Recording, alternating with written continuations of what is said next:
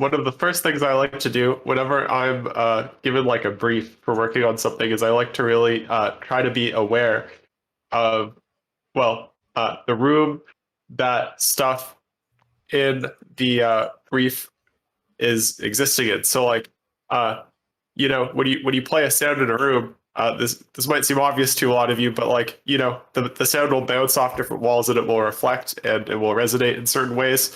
And depending on how far close you are to the sound, you're going to hear more high end or low end. Like obviously, if you're like outside of a club, like you're not going to hear very much of the high end, and you're just going to hear like a kick going like, oomph, oomph, and it's going to be like kind of reverbed out or whatever. Uh, so I like to use lots of convolvers in my music to sort of put something into places. I feel like it's one of the easiest way to do things. It's actually the way that a lot of digital audio effects in general work.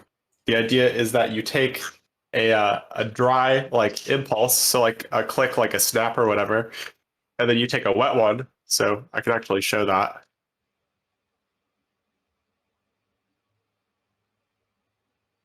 Uh,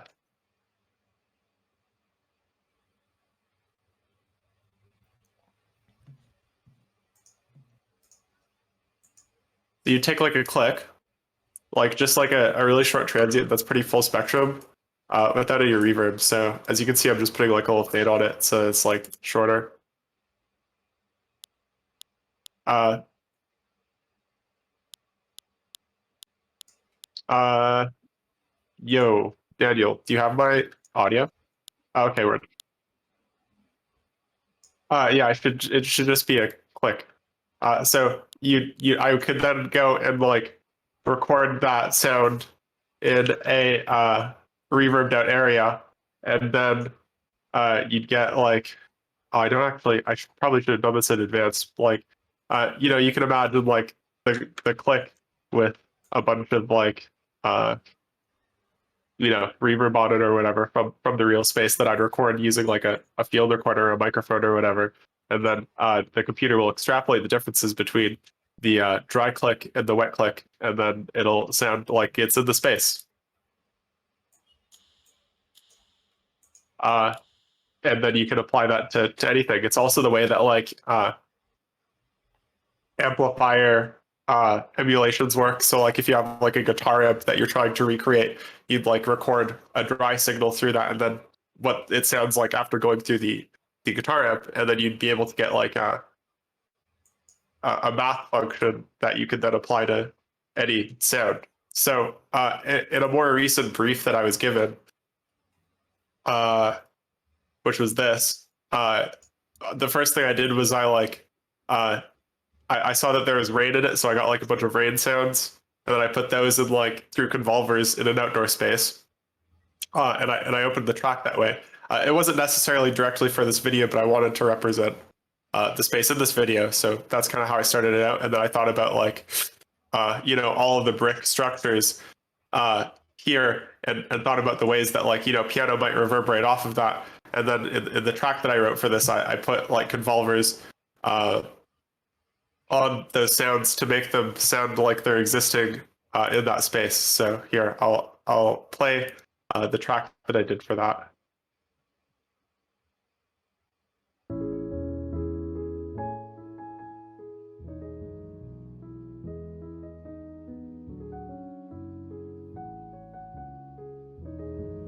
Are we gonna get DMCA'd for this?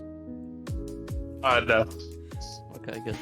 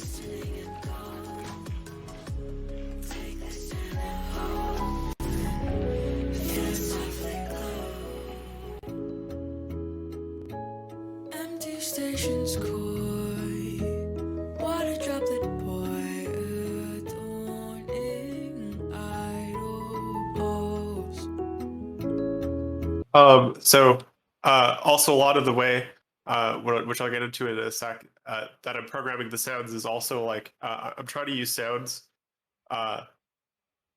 Like when I'm scoring the music to a thing, I like to make the thing feel like it's coming alive from the sounds that exist within a space. So like a lot of the percussion that I'm using, I'll like have longer pitch envelopes on stuff to sort of emulate the sound of like uh, water droplets. So like the pitch will be like decaying longer.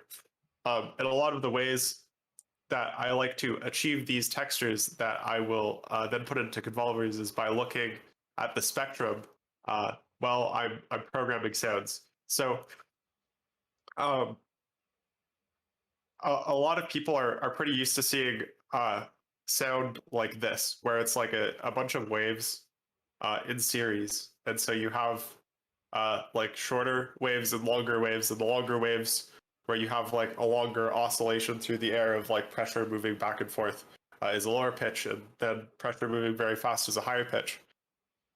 And what a Fourier transform is a math function that will measure each of those cycles and figure out how to reconstruct them using sine waves, which is like an individual harmonic. So if I just play like an individual sine wave, you can see that tone represented on this graph is like an individual uh, like line.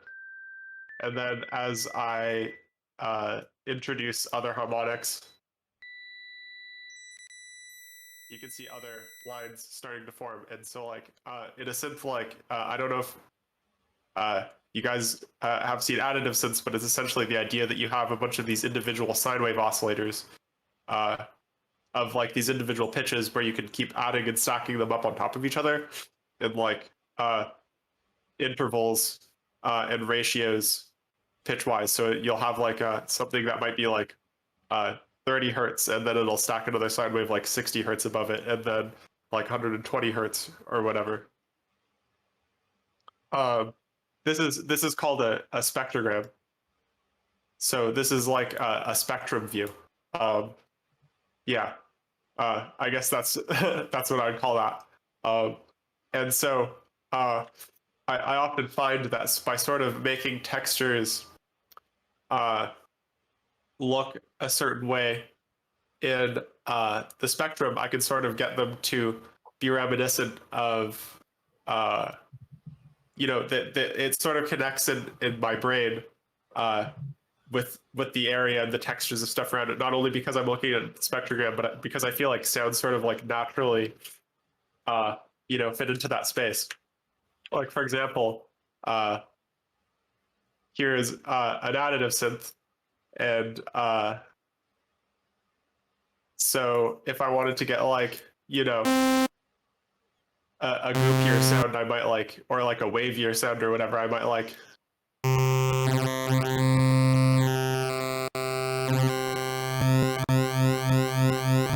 use effects that are gonna put waves in the sound.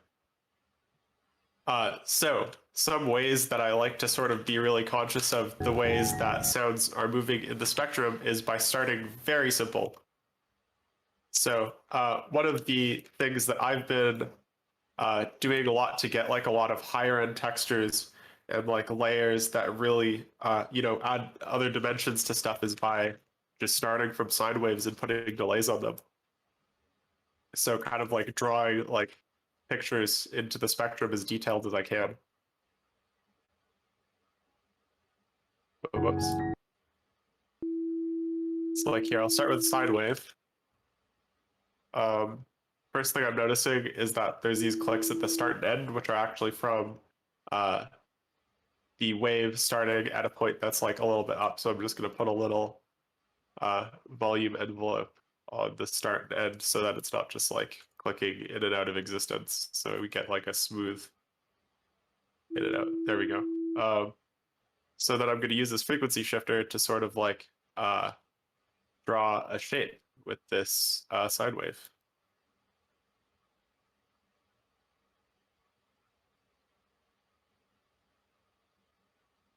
So frequency shifter is literally just moving all of the frequencies in the spectrum up or down.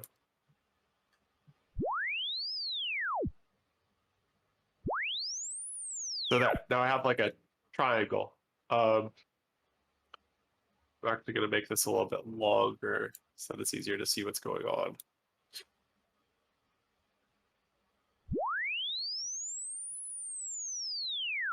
So one of the first things that I like to jump to after like sort of making a general shape of what I'm going to go for. So I'm going for something a little bit smoother here.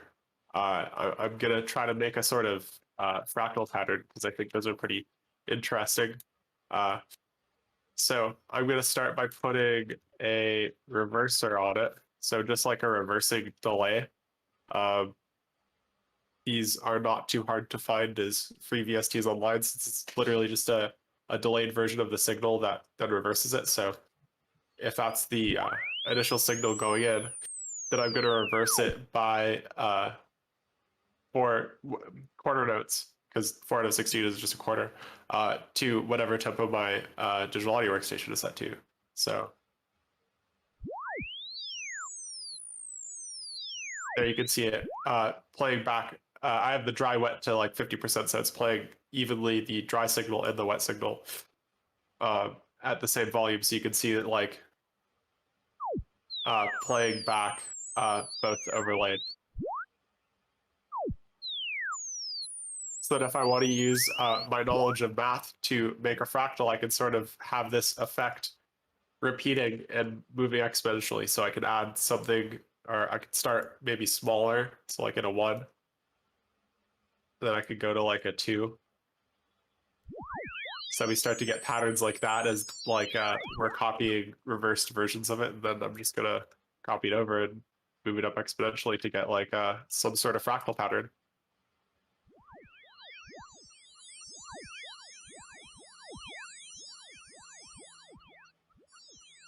And then depending on what I'm doing, like you know, I probably should have prepared like an image to really specifically make a sound to go in, but already with a sound like this, it feels like just listening back even without looking at the spectrogram, it feels like something that would be like, you know, more mystical, like in an encounter with like an unknown in like a Pokemon game or something like that, with it being like these really like specific geometric shapes that are like repeating themselves over and over. Maybe if I want to make it like a little bit trippy, I might like, you know, use a delay because like I guess like in certain headspaces you can find yourself in, like, you know, you might see like trails on your hand or something like that when something's like getting a little funky. So I might use like a really short delay to give it like a almost a little bit more of a psychedelic sort of touch.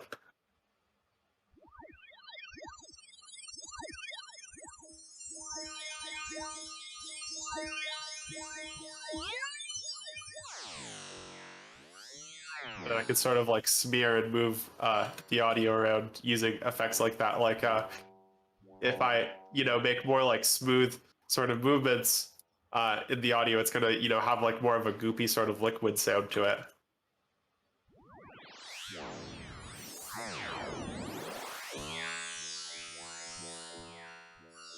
Whereas like when stuff seems a little bit sharper, you can imagine it existing in like, you know, a little bit more of a dry environment.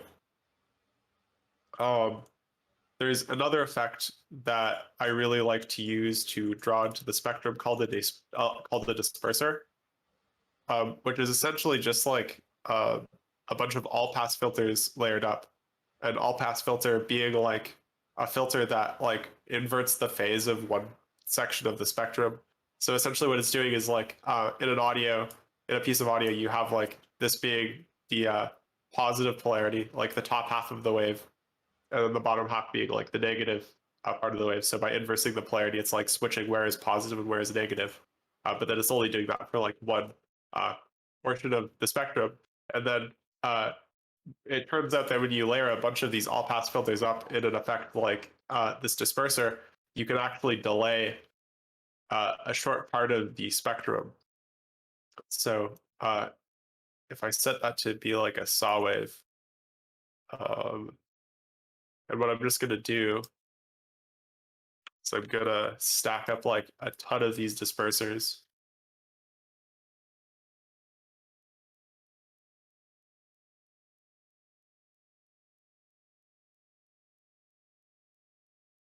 You can see it delaying this lower part of the spectrum here. It's kind of tiny. Here, I'll move it up.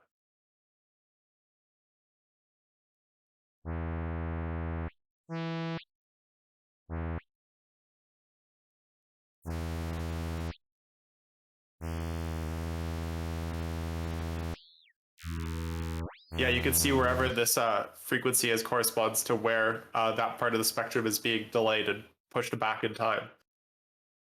So what I like to do with this is I sort of like to create shapes, drawing within a sound that I've already established. So maybe this might be like something a little bit more melodic that fits into like an instrument the character is playing in the universe or something like that. But then like I might sort of fit it into the environment by like drawing,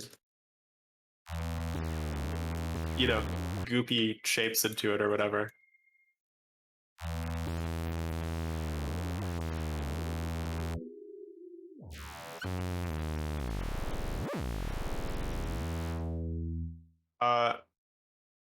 So yeah, does anyone have any questions about any of the things that I shared? I have a bit of a question if I can hop in. Yeah, please. Or more of a comment. In both of those examples, something I thought was really cool is that you like stacked a bunch of effects to like set up patterns and like these big systems. It made me think of like a house of cards where you're just like building the structure, and then once the structure is built, you just start tweaking knobs and like destroying it. And because everything is like built on itself, you get these really crazy effects because it just chains all the way down. And that's cool to me. Yeah, totally. A lot of the ways that I like to write music is by trying to be really aware of how sounds work on a very fundamental level, like understanding what sound is and what an effect is doing. Like another thing that I really like to do is instead of like using like a chorus or a delay effect that's just like in Ableton, like I could just like load up a chorus effect, but instead of that, I kind of like to make my own choruses. So like what a chorus really is it's just like a short delay that's repitching around. So as you like move the time setting on the delay, it's going to like pitch the sound up and down to like compensate for the time being moved. So like here, if I play the sound and then move the time down, actually here, I'll make the dry wet. So this is like only the delayed signal.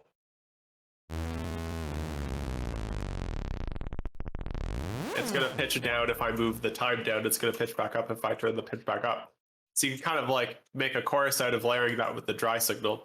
So I have a rack here where in one chain is just the dry signal, and in the other chain is the delayed version of the signal. And then I can just like move the time up and down slightly to sort of make like a flanger or chorus effect or whatever. And I can, you know, like make adjustments to it or like make it stereo by panning two of the delays that are pitching it around slightly differently.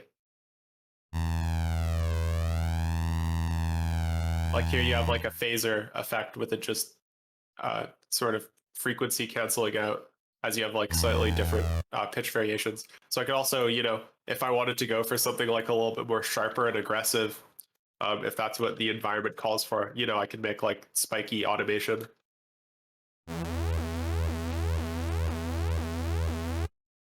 It's going to sound like a little bit spikier than, you know, well, a goopier movement where I'm like, you know, working with more rounded shapes.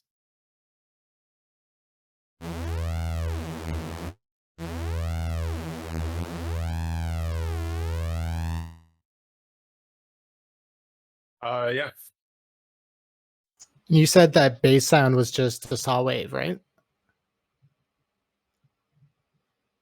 Yeah, this is just a saw wave. Crazy. I feel like it when I'm doing like spectrogram art type stuff, I really like to mess around with wave tables as well, because and also voices. Like you can sort of get like a lot of really interesting formats out of like or movements out of like formats and voices and just filters on more complex waves, I guess. But wavetables are like a pretty obvious one since you have a lot of control over the bass sound that's going in. Like if I go to like a format setting here, like you're getting a lot of very clean and immediate movement out of just moving stuff around and just moving the oscillator around.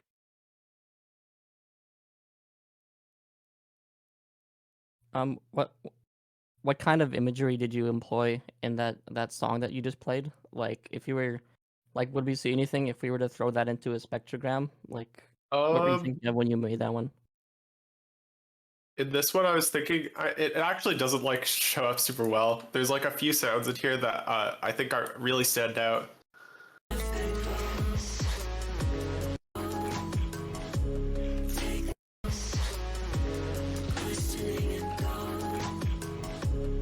I don't know if I'd have the stem for that, but there's like a sound in the background that like I used a bunch of dispersers on. It's like the tippery like groaning one with the resonators on it. It's like the one that's sort of like exponentially going down and getting slower. When I was working on that, I was looking at the spectrogram and I was trying to sort of make it look like rain falling, because that was like a big theme. His friendly stranger.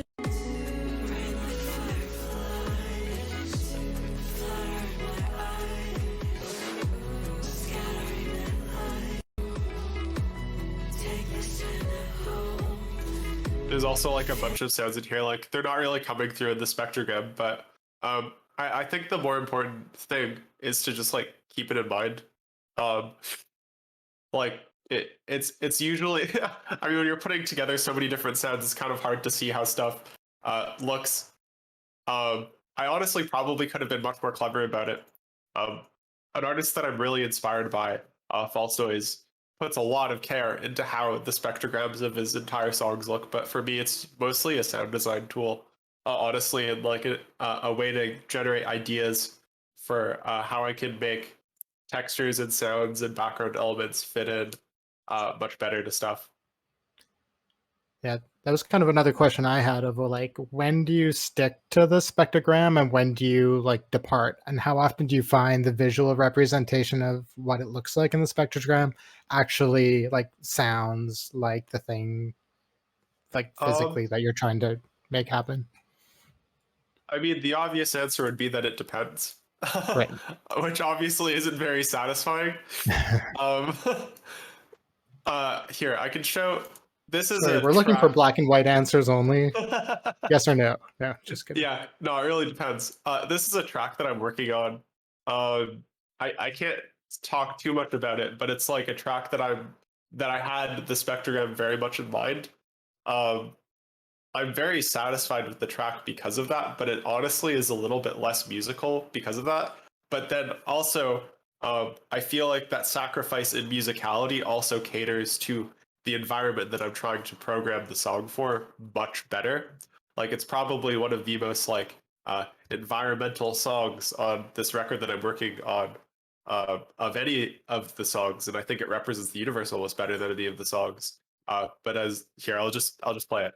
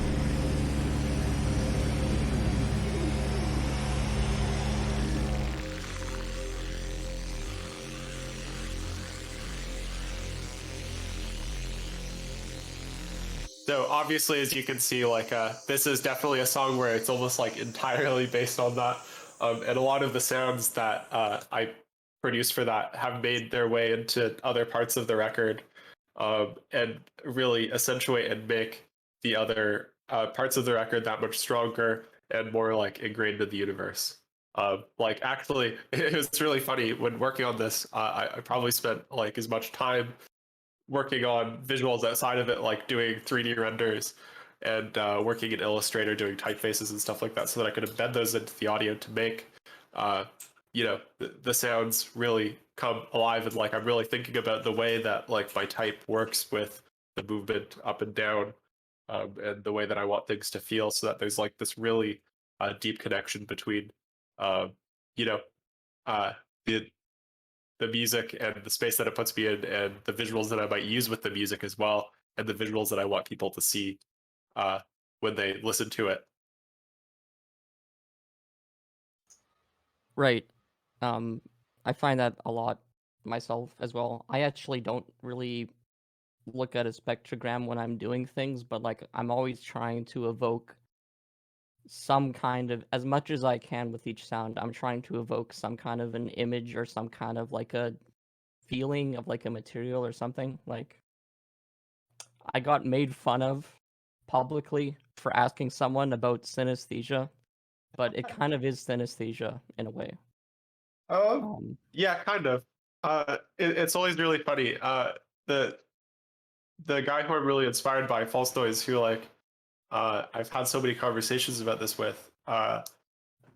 Whenever we're like producing in a session together, a lot of the communication is less like, can you make it? It's actually much more literal than a lot of the communication I have in like sessions with other people, because like and it works so much better because of that. Like some of the best sessions I have are where we have like these very literal discussions about the imagery. Like, can you make it sound like uh, a metallic shell rolling up with each of the like, or like a metallic centipede or whatever rolling up with each of the little pieces of chitin on it, like clicking together, but as if they were metal or whatever. And then we'll like, go in and find like, these really specific tools and sounds to apply these tools with that make that sound, and then we'll be so much more satisfied with that piece of audio going out, having thought very hard about the way that the sounds would come together and fit in the universe. Mm-hmm. It's really cool that it would affect the language that you can use to like talk about music. Just like provides a whole other like dimension of like language you can use instead of totally. like, yeah. Actually, I mean, even in a more literal way, I literally created a language to use as visuals in the track I played. Something that something that happens, you can eventually get to a point where, and you should strive to get to the point where you're not thinking of things in terms of, like, say when you're going to select a sound, you're not thinking of in terms of like literally what the sound is. How do I put this into words? Like, eventually you just start to get a sense for these kind of things that Hudson's describing, so that it's like, okay, if I want a sound that's metallic, maybe I don't necessarily want to use a field recording of metal. Like maybe none of my recordings of metal have the right character to them. Maybe they don't sound right, but I know that putting a short delay on things makes things feel metallic. Or like I know that like say maybe I don't have a recording of someone hitting on a huge tank, but I know that if I put this kick drum through a reverb, it'll make it sound like someone, like a huge cavernous space, right? Oh yeah, And even literally with the hybrid. Sorry for interjecting. Literally with the hybrid reverb in Ableton, like you could go in there and you can click like plate, and then you can go choose like a metal plate to put on your kick. Yeah. Yeah, exactly. So it's good to always try to kind of put yourself into this headspace about thinking of sounds less literally and more about what they evoke, and then you start to kind of develop a sixth sense for that, at least for me. How did you like come to these like tools, I guess? Like, was it like stuff were you just like experimenting with things, or like, oh, if I just stack all these effects, I get this cool thing? Or is it, I don't know, kind of passed through like mentors or peers or something like that? Or I don't know, I'm just thinking about like someone like myself who doesn't have quite as much of a sixth sense for those types of like processing effects that you can get. Like, what are the best ways to like get there? A lot of people will disagree with me on this one, but there used to be this old joke on the forum that I used to be a part of, where it was like, there's this whole snare drum thread, and then eventually it got kind of out of hand, and people were all like, "Oh, so you're just gonna like skin the goat to get the drum because making a snare yourself wasn't enough." Or whatever. Yeah, classic. And then, but I genuinely think that's a really great way to learn, and I think that like being more in touch with your tools is better. Like I actually think that the dude who decided to become a goat farmer and raised goats so that he could like skin them and probably is way more in touch with snares than I would ever be, because he's probably thought a lot about the impact and like the way that the sound is moving. I feel like a lot of the way that I've like learned and come to these conclusions is by like thinking about the physics of the sounds and what actually brings the sounds together, like physically, and with like with how each wave can be broken down into individual sine waves. Like that's just physics and how sound works and how you can measure things out. Like I've actually been learning a ton, and I've been thinking a lot lately, even further in depth, and getting some of my coolest sounds lately by like programming plugins. Like if you have a copy of Ableton, you can just open Max Audio Effect and you can go in there, and then all the documentation is great, and it'll teach you so much. Yeah, I would say that like I think one of my stronger points in music personally definitely also comes from just like being my interest in math and physics in general, and I wouldn't consider myself to be extremely educated in that by any means, but I feel like there's so much to explore that can really like take what you're doing to the next level, because it really is all applicable in every way.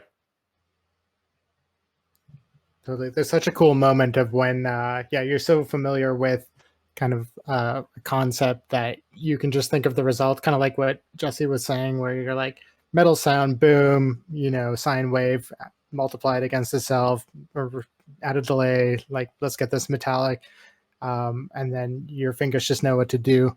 But I'm just thinking about my development through like music, where like that kind of, or like theory and stuff like that, is more natural to me, just like the grind of getting through that and just like the hours spent like fiddling around and like trying to apply stuff that I know. Yeah, it's just like such a process, and the deeper that you get into it and the more that you get like on to the ground floor, definitely the more that you learn along the way. Yeah, I guess that the way I write a lot of music too, and I'm sorry, I'm gonna like go way over time here if I go too in depth with this. So sorry if my explanation isn't very good, but a lot of the way that I understand theory and writing music in general comes from playing the guitar. And so a lot of the way that it's very intuitive to see a string vibrate, and then to know that if you like play it halfway through, like half the distance, then it's going to resonate like twice as fast. Like that's something that you can interact with very physically that can help you understand like an octave is like the cycle of the wave will be half as long, it'll be twice as fast. And so when I'm a lot of the way that I feel like I actually came to these conclusions about like the way that I program sounds actually also comes from theory, but also I guess coming from theory in the place of like considering the way it works mathematically. I'm really inspired lately by like just intonation tuning, where you're like working with much simpler intervals, because like there's like I don't remember what it is, but in order to get fit like 11 notes within an octave, you have to do some really weird ratio that you move each thing up with, which is great because then you can key change and stuff like that. But I think it's also, you can get, you can understand music very deep by like experimenting with other ratios between notes and understand melodies and get even catchier stuff by like knowing why you have 11 notes like crammed into this space and whatever.